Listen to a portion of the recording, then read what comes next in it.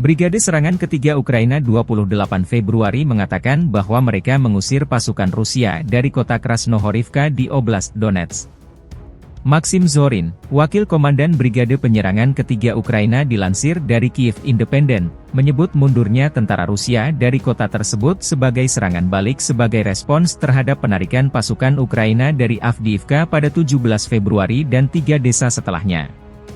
Menurut militer Ukraina, pasukan Rusia menyerang bagian tenggara Krasnohorivka pada 27 Februari dan memasuki kota tersebut. Prajurit dari Batalion Penyerangan Pertama dan Kedua dari Brigade Penyerangan Ketiga melakukan operasi tempur untuk membersihkan kota dari pasukan Rusia, mencegah mereka mendapatkan pijakan. Sampai sekarang, Krasnohorivka berada di bawah kendali pasukan Ukraina, kata brigade tersebut. Angkatan bersenjata Ukraina dalam pernyataan resmi juga melansir selama 24 jam terakhir, serangan udara Ukraina menyerang 8 area terkonsentrasinya personel Rusia.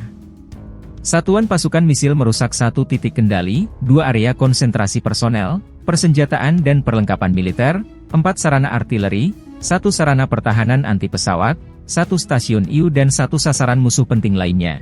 Rusia kehilangan 1.150 prajurit di sejumlah garis depan dalam 24 jam terakhir. Termasuk kehilangan 23 tank, 44 kendaraan pengangkut personel serta 41 sistem artileri. Secara total, militer Rusia kehilangan 413.760 prajurit sejak menyerbu Ukraina 24 Februari 2022 lalu.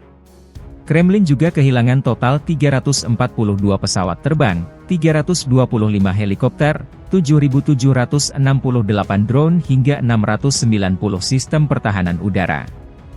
Konflik Rusia-Ukraina memasuki hari 736 belum ada tanda-tanda gencatan senjata dua kubu.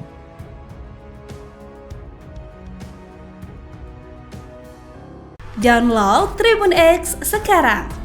Menghadirkan lokal menjadi Indonesia.